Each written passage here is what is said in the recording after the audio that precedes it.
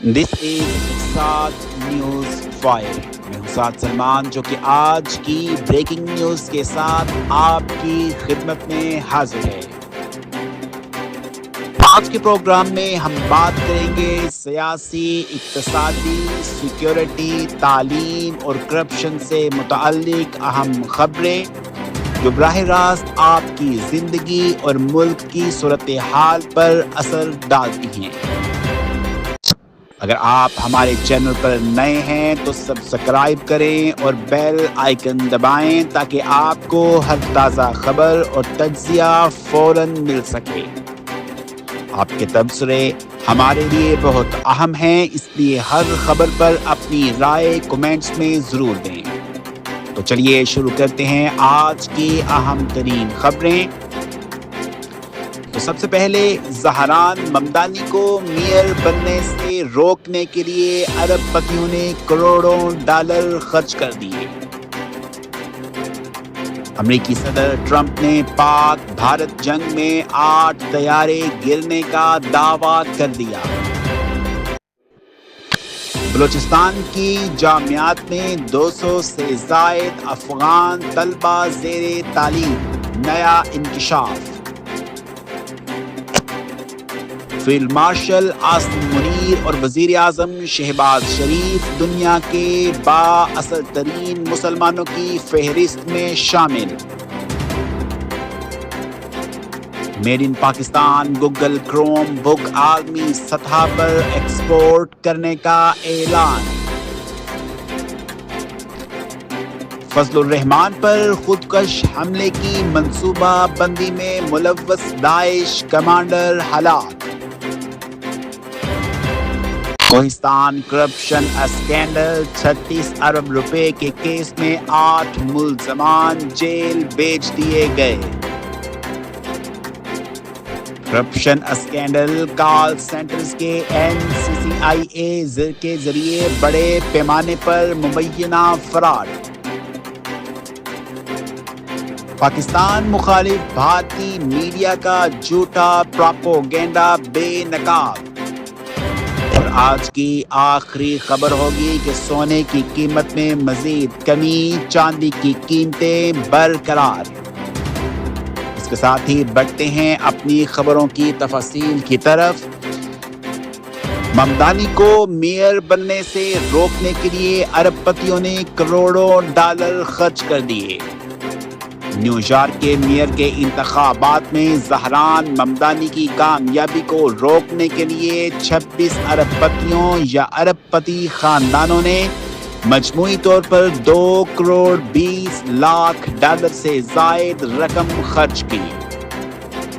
امریکی اخبار کے مطابق یہ ارب پتی مالی طور پر ممدانی کے حریف امیدوار اینڈریو کومو کی حمایت میں شامل ہوئے. سرویز میں ممدانی سب سے زیادہ مستحق امیدوار اور عوامی رائے میں وہ سب سے آگے تھے. سابق میئر مائیکل بلوم برگ نے کومو کو انتخابی مہم کے لیے اضافی 15 لاکھ ڈالر فراہم کیے تاکہ ممدانی کی کامیابی کے امکانات کو کم کیا جا سکے.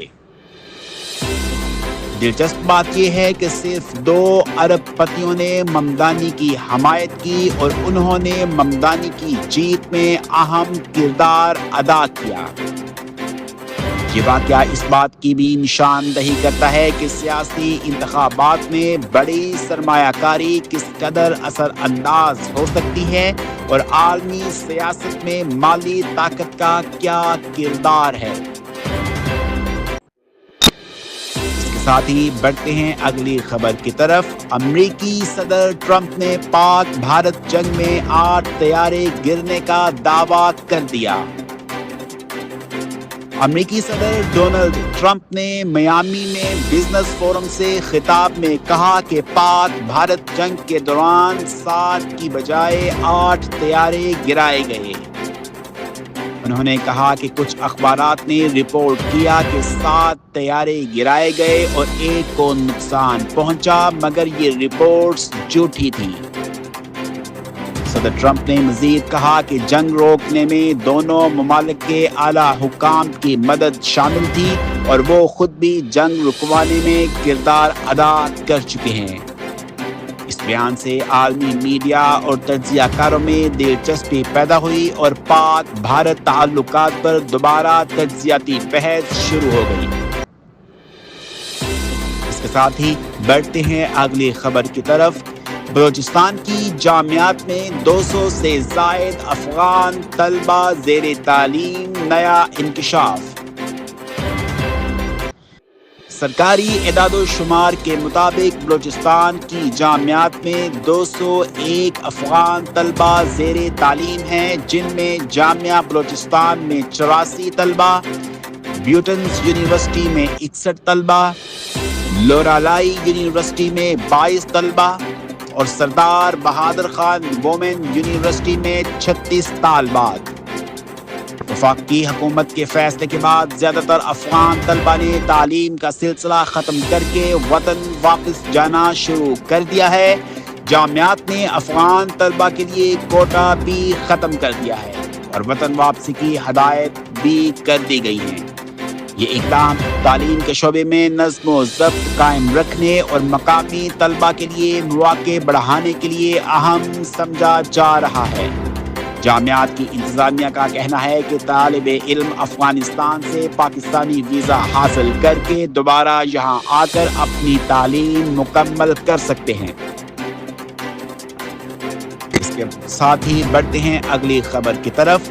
فیلڈ مارشل عاصم منیر اور وزیر اعظم شہباز شریف دنیا کے با اثر ترین مسلمانوں میں شامل۔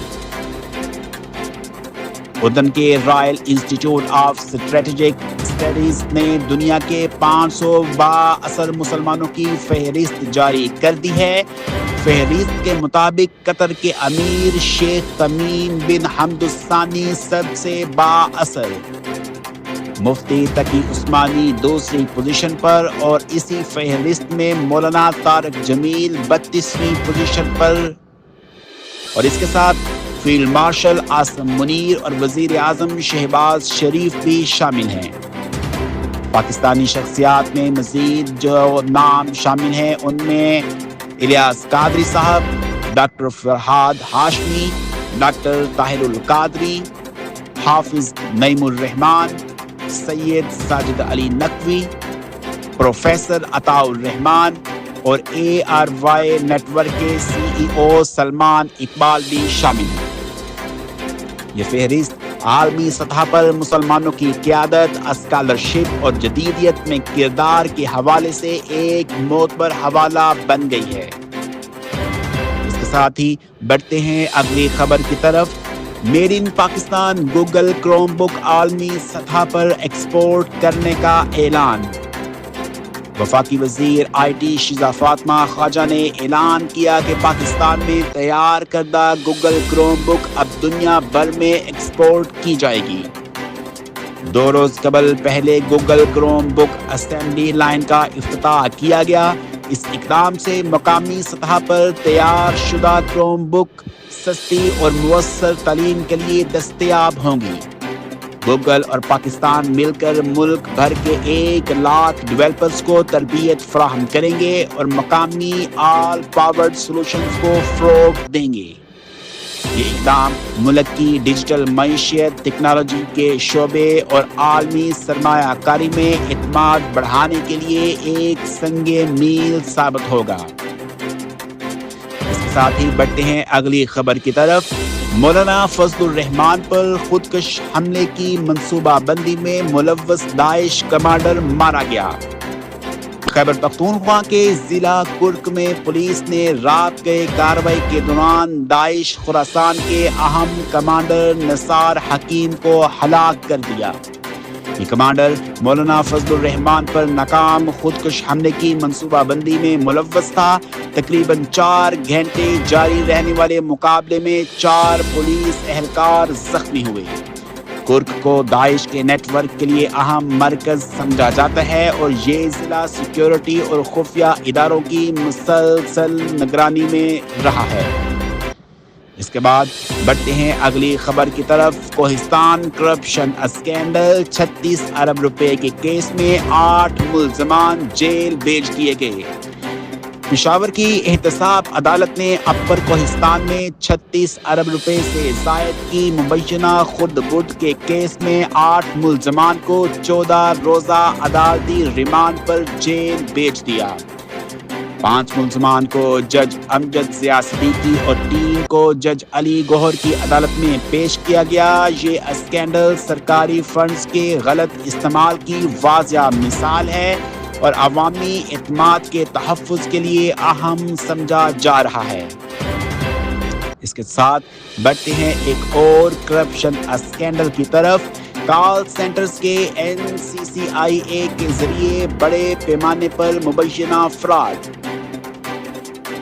راولپنڈی اور اسلام آباد میں 20 سے زائد کال سینٹرز پر کارروائی ہوئی۔ 2 ڈائریکٹرز، 3 ڈپٹی ڈائریکٹرز اور 2 انسپیکٹرز مبینہ طور پر فراڈ میں ملوث پائے گئے۔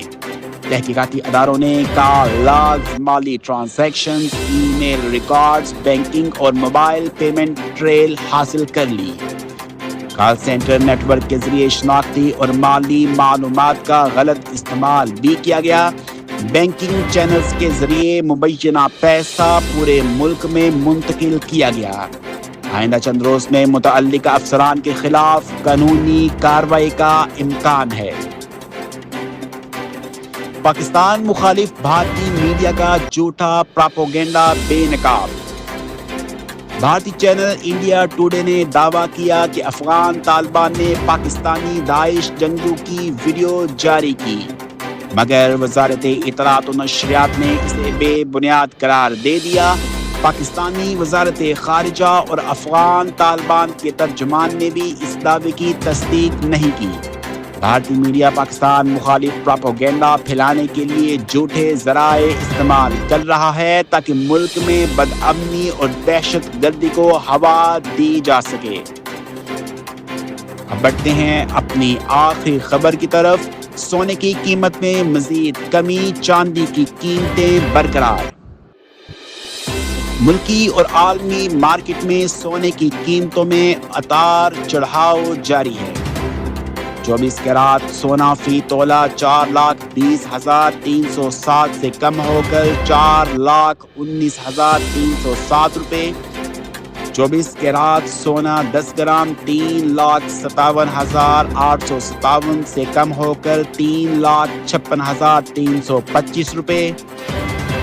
22 کیرات 10 گرام 3,40,261 سے کم ہو کر 3,39,585 روپے۔